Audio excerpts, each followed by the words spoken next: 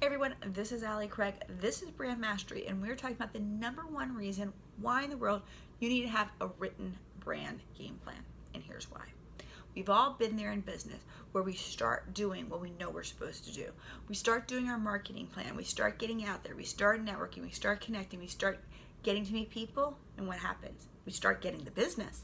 So then we get the business and we keep going with our marketing plans and with our efforts.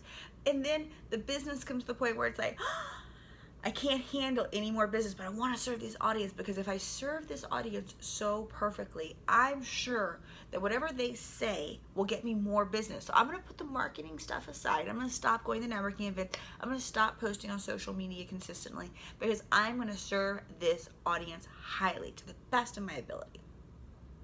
And then that takes a little longer than you thought, and that marketing plan still sits. All those efforts just sit there waiting. And then you eventually finish with these customers or clients, and what happens? They don't end up giving you those raving testimonials that you thought. They end up getting back into their own lives and getting obsessed with themselves again. They're not thinking about you, they're thinking about them.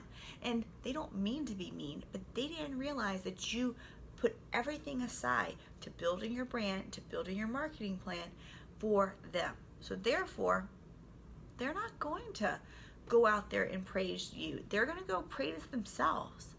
And what ends up happening? You don't end up having the business sitting there waiting, and then you're kind of like, what the hell was I doing in the first place? I don't even remember what was really working. So you try to do it again, but it's just not successful, and it's just frustrating. Why is it not successful? Because you didn't have it written down. Because you didn't have what you were supposed to be doing fully thought out, so that way you could always return to it and say, yep, this is what I'm supposed to be doing next.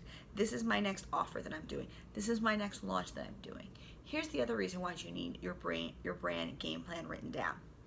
Is that when you bring other people onto your team, graphic designers, web designers, VAs, the truth is you can verbally have a conversation with them, but when they hear purple, they think of a certain shade of purple.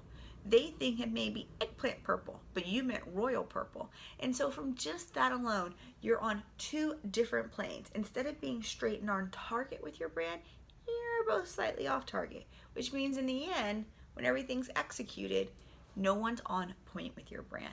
Having your brand game plan written down keeps you in line, keeps your staff in line, and keeps you moving forward. Also, you're less likely to sacrifice yourself when other obligations or potential commitments come up. You still hold true and execute out your brand game plan because it's written down. Yep, that's the true power of the written word.